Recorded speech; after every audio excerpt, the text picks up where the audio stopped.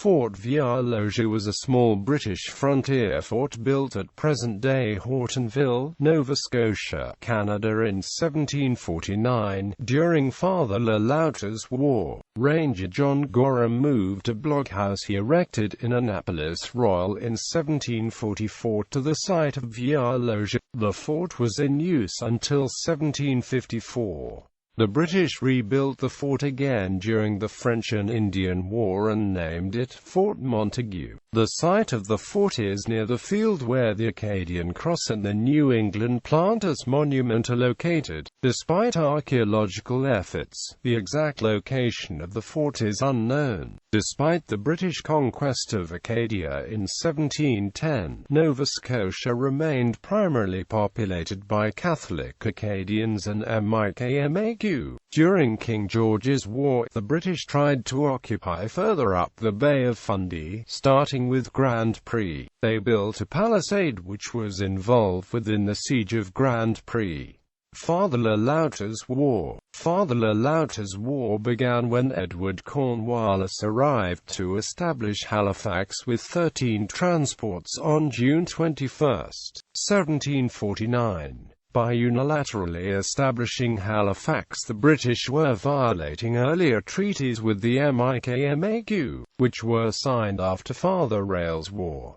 The British quickly began to build other settlements to guard against Mi'kmaq, Acadian and French attacks on the new Protestant settlements. British fortifications were erected in Halifax, Bedford, Dartmouth, Lunenburg and Lawrencetown. Within 18 months of establishing Halifax, the British also took firm control of Peninsula Nova Scotia by building fortifications in all the major Acadian communities, present-day Windsor, Grand Pré and Chignecto. The fort was created to help prevent the Acadian exodus from the region. Siege of Grand Pré on November 27, 1749. 300 of the Wabanaki Confederacy and Acadians attacked the British Fort Vieux Logis. The fort was under the command of Captain John Handfield. While surveying the fort's environs, Lieutenant John Hamilton and 18 soldiers under his command were captured. After the British soldiers were captured, the native and Acadian militias made several attempts over the next week to lay siege to the fort before breaking off the engagement. Gorham's Rangers was sent to relieve the fort. When he arrived, the militia had already departed with the prisoners. The prisoners spent several years in captivity before being ransomed. In 1750, 6 British soldiers from the 40th Regiment of Foot tried to desert the fort. Cornwallis sentenced them to death.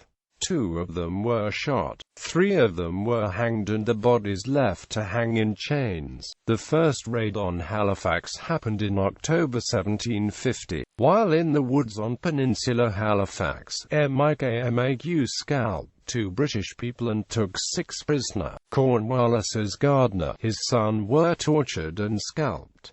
The Mi'kmaq buried the son while the gardener's body was left behind. Cornwallis presumed the other 6 prisoners were also killed, and it was not until 5 months later he discovered they were being held prisoner at Grand Pré. In response, Cornwallis had soldiers from Fort Vieux Logis take ransom the local priest until the 6 British prisoners were released. November 1, 1753, Captain Cox was the commander of Fort Vieux Logis. The improvised nature of the fort, whose palisade was so low that snowdrifts often buried them, and its exposed location, overlooked by nearby hills, led the British to abandon it in 1754. When new British troops were sent to Grand Pré for the expulsion of the Acadians in 1755, they chose the church at Grand Pré as the base instead. The blockhouse was rebuilt in 1760 and named Fort Montague, named after Montague Wilmot. Commanders: Captain John Handfield, Captain Matthew Floyer, Nicholas Cox, Commander.